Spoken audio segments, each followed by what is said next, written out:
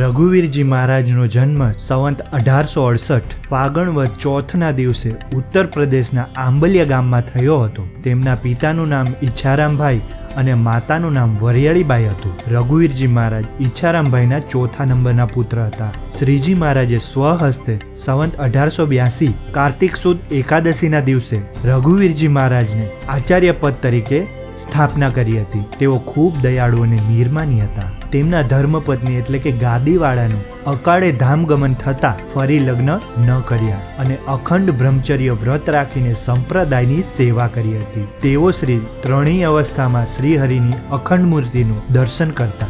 એક વારનો પ્રસંગ છે. મહારાજ શ્રી પોતાના ઉતારેથી મંદિરે જતા હતા તો રસ્તામાં કોઈ સંતના ગાતડિયાનો લીરો પડેલો જોયો.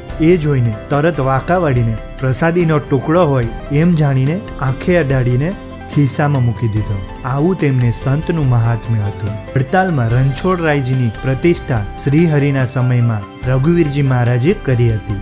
સંવંત 1919 માહ સુદ બીજના દિવસે પોતે અક્ષરવાસી થયા હતા. આવા ને આવા વિડીયો જોવા માટે ચેનલને સબસ્ક્રાઇબ કરજો. ઇન્સ્ટાગ્રામ અને ફેસબુકમાં જોતા હોય તો લાઇક ને ફોલો કરવાનું ભૂલતા નહીં. જય સ્વામિનારાયણ.